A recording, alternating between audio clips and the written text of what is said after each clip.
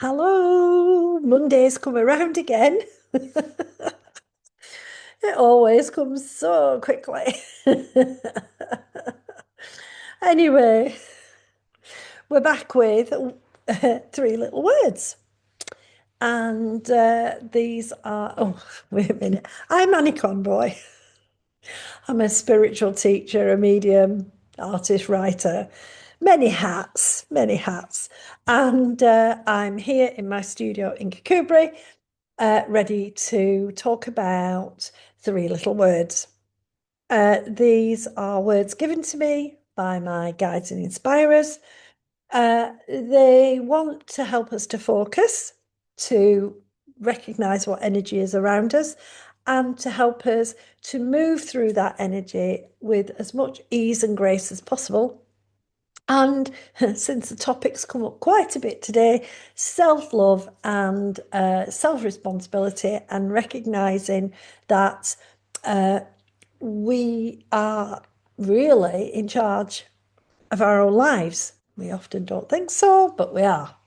So the words I was given for today are retell, stay, and forgive. Interesting. I think we might have had forgive before. I don't know. We'll just see. Anyway, so when I get them, I can go, right, okay, let's see what they're about. And I was kind of, retell. What's retell about? But then I started to think about the new moon in Leo, which you can catch my oracle card reading with our lovely friend Gwen on our YouTube Astral Gem Predicts. That's always there, new moon and full moon. So we've had a new moon in Leo. Ooh, be a roaring sign, lots of roaring energy, lots of confidence, pride, um, being aware of our presence, because that's really the Leo style. But before we had the new moon proper, we had an eclipse. And eclipse is fascinating. Eclipse energy is always, for me, really about bringing up, sometimes dredging up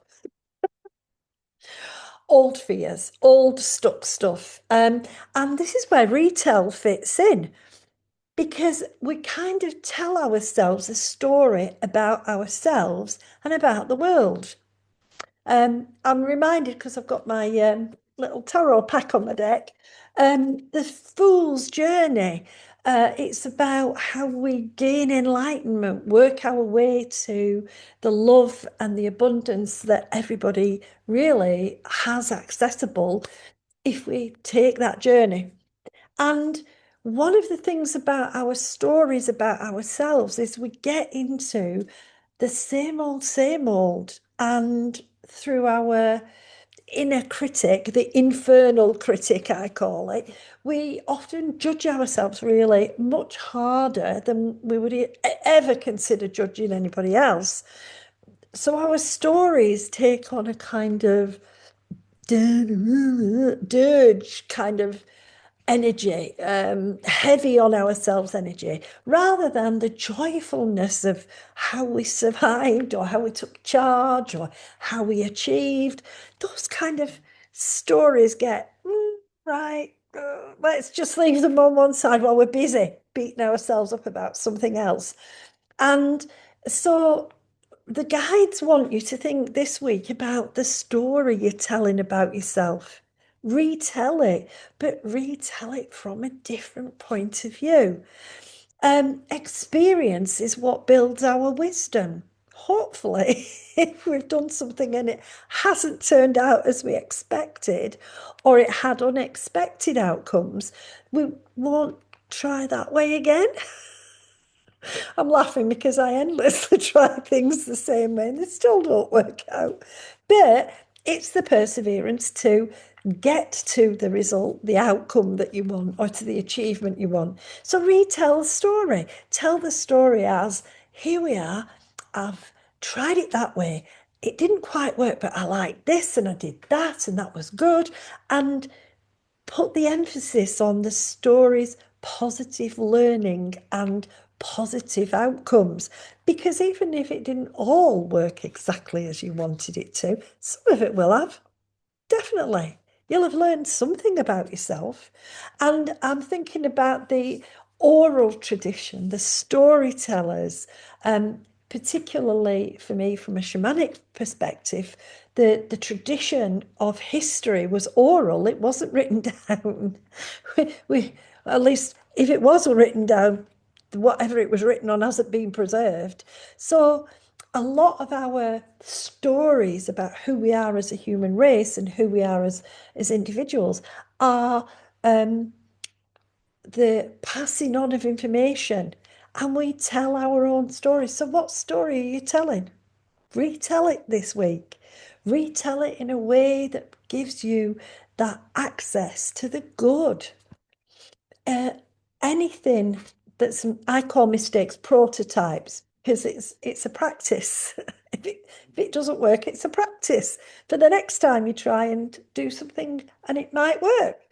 So retell that story, bring out who you are in a positive, loving way, and remind yourself it's easy to look back and go, oh, I could have, I should have, I would have. Yeah, well, you didn't, and it doesn't matter because you learned something from that experience, however it panned out. So retell, retell in a vibrant way with that beautiful pride in yourself. It's not big-headed to be proud of your achievements. It's not big-headed to say, I'm good at this, I'm good at... You're stating the truth. You're stating the facts as you know them. So retell. And then the next word was stay, which again, I was like, that's another interesting one. What is it about the way that we flit about? And you see, this is what complicates our story.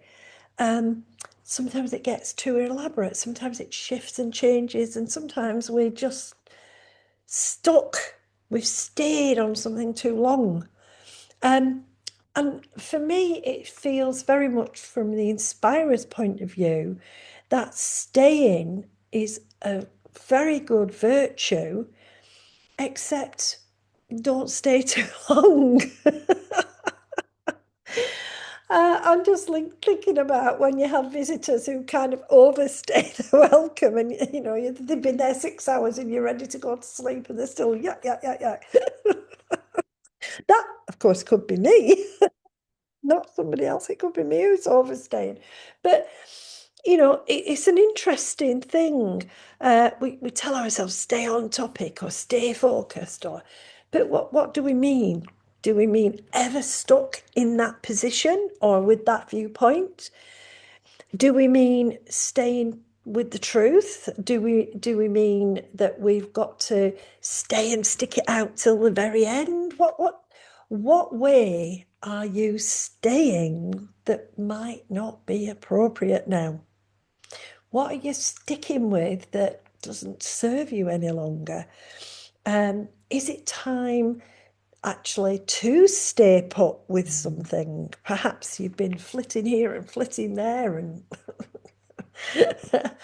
I mean, I have to say, in the mediumship development process, there is a lot of butterflying about, I call it. You flit around, and it takes you a while to fix on what is for you and what isn't. But when you think about staying this week, just think about, am I overstaying? Am I doing something that's not serving me any longer? Um, Maybe I need to think about, I've stayed with it long enough. Maybe I need to think about it's time to stay with this and just see where that is coming up, especially with the eclipse side of it. Because again, there's old fears coming to the surface. Have you stayed stuck in old fear? Is it time to shift that fear and go, yeah, I'm out of here. Don't need that one anymore. Um, Interesting, really interesting word. And then forgive. So I'm going to need a sip of water. Mm. So, have you things stuck that you need to forgive? Um, I think it's a really challenging thing to do to forgive, especially to forgive yourself. Sometimes it's almost easier to say, I forgive you for that. I, you've redeemed yourself. I forgive you. And it's harder to say, yeah, well, you weren't very nice then, but I forgive you. I understand. It's not normally you, or it's not naturally you. Um, this whole idea that if we don't forgive, mm, what does that say about us as a person? And yet there are some things that it's just beyond forgiveness in a sense. If you look at the world as a material world, on a spiritual level, forgiveness is very much part of the four pillars, the lessons that we're here to help ourselves have. Unconditional love, unconditional forgiveness, unconditional gratitude, and unconditional service. And, the idea of unconditional forgiveness, um, I think I've mentioned it in a video already, but one of the things for me, a biblical story that I really strikes me as forgiveness, and I say strikes in a naughty kind of way, but anyway, it's not meant as a joke, but it's when we have that story of Jesus telling us to turn the other cheek. That involves forgiveness. That involves saying, well, you've done that to me, but actually, I'm not going to react. I'm not going to hold it against you. I'm going to give you my other cheek if you want to do it the other side as well. I am not going to hook into a position of not forgiving, which contrasts really strongly with the Old Testament, which is an eye for an eye. And that is definitely not about forgiveness, that is about revenge. So when we're going through the week this week, try and forgive yourself if you don't quite do things the way you hope you would do them. And if people don't quite respond in the ways that you would hope they would. Um, I often remind myself, treat others as you would like to be treated yourself. And that's all well and good until you get up out of bed and it's a irritating day and you're irritated and everything's irritated and you can react. You can react instead of being out of the drama. You can find yourself in the middle of the drama. And so bring a bit of forgiveness in, bring a bit of sense of I'm human and everybody's human and we all have stresses and strains. We don't know the backstory. Let's see if we can let ourselves off the harsh judgments. Let's see if we can acknowledge that there's compassion to be had here. I definitely feel when we are talking about forgiveness, we've got to have compassion for ourselves and compassion for others, and a recognition that for some things, forgiveness takes a lifetime. For other things, we can let it go and move on in a moment. So forgiveness is wonderful. It doesn't have to happen all at once, but forgiveness of yourself is vital in navigating through life because things happen and life happens and we can't control it. We can only take charge of our response to what happens. And if we don't respond the way we'd like to, we can forgive ourselves because it's gone. We can't redo it. We can just learn from it. So I hope that those three words, retell, stay, and forgive, can help you with whatever is heading your way in the energy. We're still having the ripples of the eclipse, of course, that will continue. It's pretty low key now, but it'll continue. And then we'll start into the rising full moon, which is in Pisces. So expect spiritual challenges, expect to maybe be reflecting on your values and beliefs, what you feel is the reason why we're here. And so hang on to those words, it might help. Thank you very much for watching. I really appreciate if you can take anything from Three Little Words, that is brilliant. If you can pass along to others that Three Little Words is there. I am also on Facebook if you want to friend or follow me. And I will be back next Monday with the next Three Little Words.